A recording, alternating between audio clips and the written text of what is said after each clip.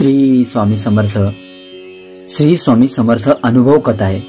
ही कथा भक्ताच्या निष्ठेचा आणि स्वामींच्या चमत्कारिक कृपेचा अनुभव आहे. शेवटच्या क्षणी झाली स्वामींची कृपा. एक वृद्ध स्त्री होती, नामदेवी. तिचं कोणीच नव्हतं. ती दररोज गावाच्या मंदिरात जाऊन श्री स्वामी समर्थांचं नामस्मरण करत असे. स्वामींचा फोटो हृदयाशी धरून ती म्हणायची, स्वामी, माझं अंत्यंतरी तुमच्या चरणी व्हावं. एक दिवस ती आजारी पडली. अंथरुणावर पडलेली. कुणी विचारपूस करायलाही नव्हतं. शरीर थकत चाललं होतं, पण मनात एकच इच्छा, स्वामींचं दर्शन. अखेरच्या क्षणी दार वाजलं. एक साधू उंबरठ्यावर उभा होता.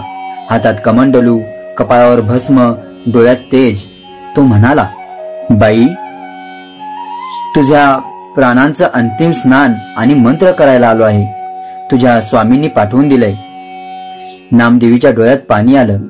त्या साधूने तिच्या हातात तुळशीपत्र ठेवले, हरिपाठ सांगितला आणि काही क्षणात तिचा शांत सुखद मृत्यू झाला. दुसऱ्या दिवशी गावातल्या काही लोकांनी विचार केला, तो साधू कोण? पण तो कुठेच सापडला नाही. पण नामदेवीच्या खोलीत श्री स्वामी समर्थांचा फोटो उजळत होता आणि त्यावर सनसनीत चंदनाचा सुगंध दरवळत होता. भावार्थ, स्वामी आपल्या भक्तांना कधीच एकटे सोडत नाहीत. शेवटच्या क्षणी सुद्धा तेच आपल्या मदतीला येतात. श्रद्धा असेल तर स्वामींचं अस्तित्व प्रत्येक क्षणी जाणवतं.